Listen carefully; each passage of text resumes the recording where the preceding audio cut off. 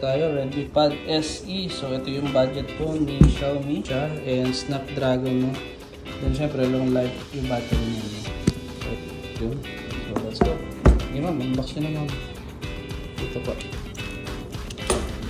Ito yung unbox nyo. Hey!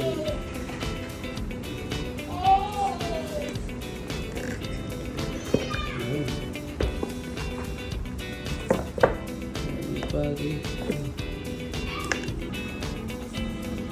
Ganda. Kelihatan na. Ganda.